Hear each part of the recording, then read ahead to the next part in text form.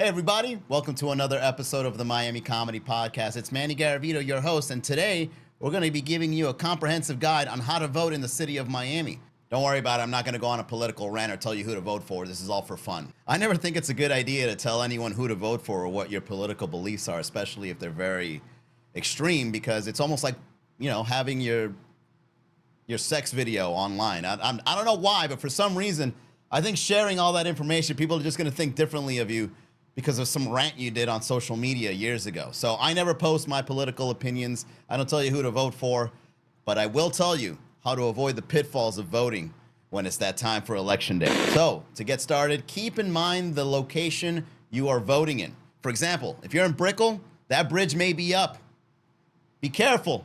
That bridge goes up whenever it wants. And on election day, I got a feeling that the operator is going to be trigger happy on keeping that bridge up to prevent people from getting their votes in. In Brickell, also, the parking's going to suck. You may have to park far away. Just keep in mind, Brickell is probably going to be the most difficult place to get your vote in on time. Try your best to show up early if you're in the Brickell area. Also, keep in mind that you guys may be considered the most affluent people in the area of Miami, so you guys are definitely going to be targeted, all right? Try to avoid the propaganda. Try to avoid someone influencing on what you should vote for or what your values are. Trust me, you're targeted. I can already imagine how they're going to get you. Flyers out in the street, Mary Brickell Village, you can't go to the gym without somebody standing out there asking you poll questions. Oh, who are you going to vote for? Or what all that stuff. Trust me, man, they're going to be doing that stuff. Someone with a microphone recording content might go up to your face. Who'd you vote for? If they're out there trying to influence your vote, it's already a big red flag. All right, next up, if you're voting in Coral Gables, I know you got a high-paying job. I know lunch break is probably the best time of the day for you. I've seen you out on the streets. You guys all wear the same suits. Okay, I get it. Banks are there. Hotels are there. High-end restaurant chains are there. Coral Gables is probably one of the coolest places to cast a vote in because you're around the money, okay? And it's that old-school money. And because of that old money, keep your political opinions to yourself. Don't say who you're voting for because, believe me, people are judging you. The concierge is judging you. The people staying at that hotel are judging you. The people you meet at a happy hour are judging you. Your boss is judging you. Your coworkers judging you. You're playing golf in the Coral Gables golf area. They're judging you. Keep it to yourself, man. That place is very influential. Speaking of judgmental, let's head on over to Hialeah, where all the abuelas are judging you as soon as you enter the place. For some reason, they all love to volunteer in helping you cast your vote. You know why? Because as soon as you walk through those doors, they're already looking at you up and down. And it's almost like they say, yo sé que usted va a votar. I know who you're voting for, and I disapprove.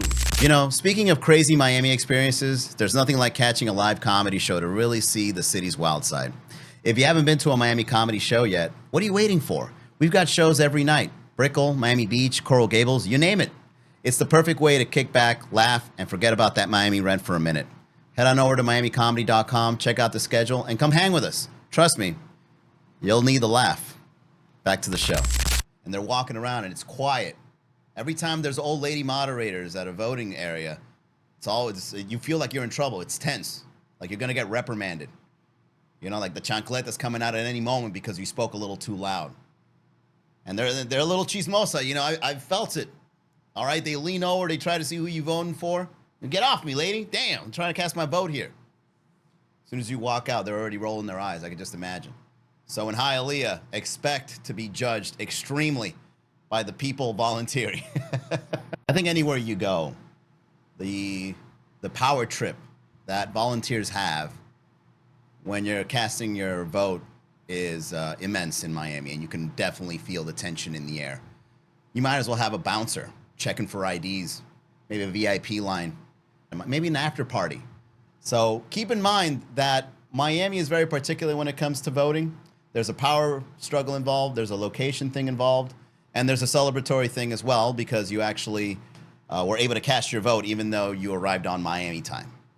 So I'm going to go ahead and give you some pointers on how to research candidates you don't know about. It doesn't matter what you're voting for, all right? I think this works with just about anybody because let's face it, there's some people on there that you wonder, how the hell did you get in the ballot? If you do some research, there's some names in there when you look them up, you wonder, how did they get there? I mean, I've seen things where somebody still has like conspiracy theories posted on their Twitter, and for some reason they're on the ballot for a very important election. There's some people that might have believed 10-foot aliens actually walked in Bayside trying to get your vote. Imagine that. So if you searched them and they got anything like that online, you already know that's a red flag.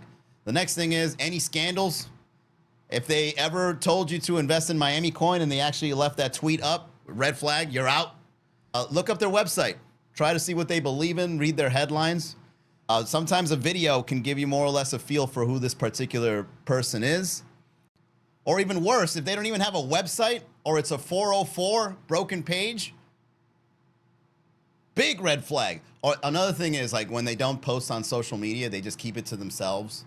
And you know, they probably someone with like 10 followers or something like that. These people actually end up on ballots. I'm telling you, look it up. There's some people that sneak in there and you wonder how the hell they're doing it.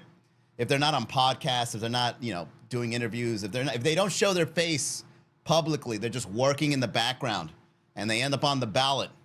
Big, big red flag. That's the best you can do. I mean, politicians lie. Look, let's face it. They do it. That's what they do. It's part of what it is, right? You try to do your best, but every once in a while, you got to pull some strings. So I get it. So the best you can do when you come across a name on the ballot is look them up and see what they claim. And then 4 years later, just figure it out.